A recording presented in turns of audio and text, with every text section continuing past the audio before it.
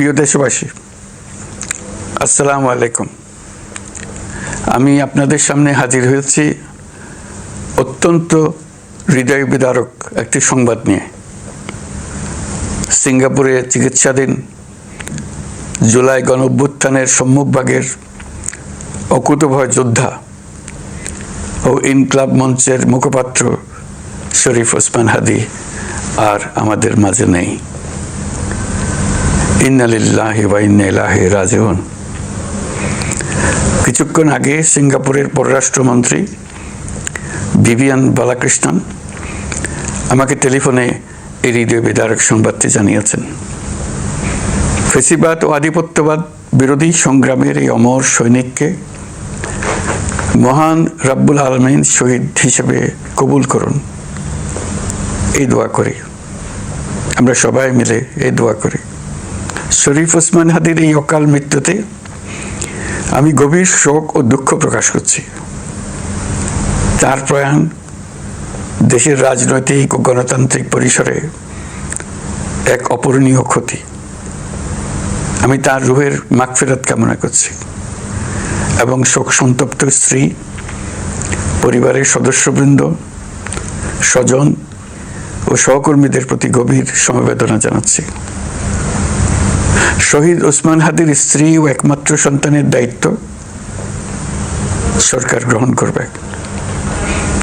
শহীদ শরীফ ওসমান হাদীর অকাল মৃত্যুতে আগামী শনিবার একদিনের রাষ্ট্রীয় শোক ঘোষণা করছি।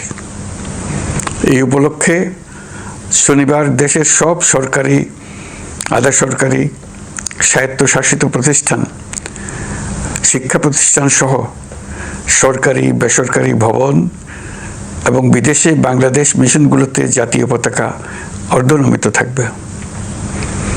একই সাথে আগামীকাল শুক্রবার বাদ জুমা দেশের প্রতিটি মসজিদে শহীদ ওসমান হাদীর রুহের মাগফিরাত কামনায় বিশেষ দোয়া ও মোনাজাতের আয়োজন করা হবে।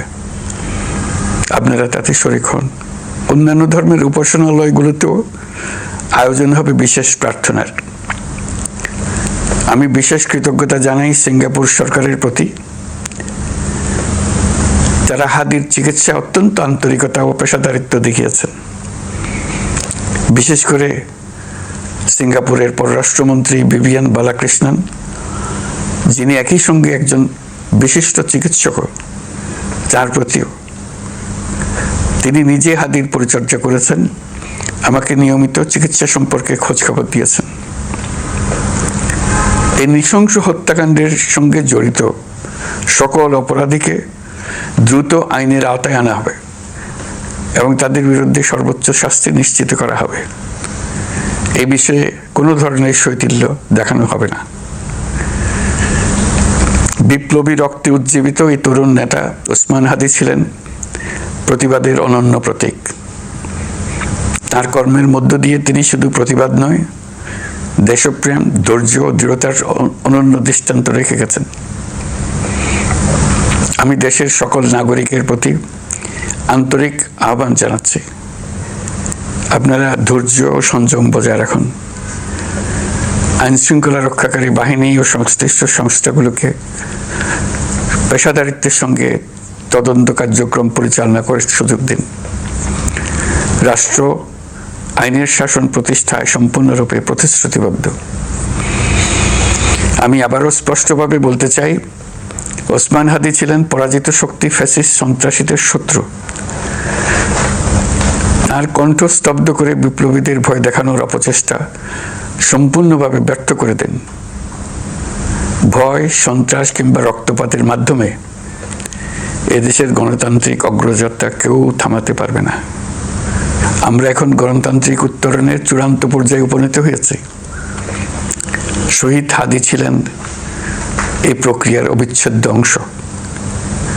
তার একান্ত ইচ্ছা ছিল আসন্ন নির্বাচনে প্রতিদ্বন্দ্বিতা করে নতুন বাংলাদেশ বিনির্মাণের পরবর্তী ধাপে সক্রিয় ভূমিকা রাখা।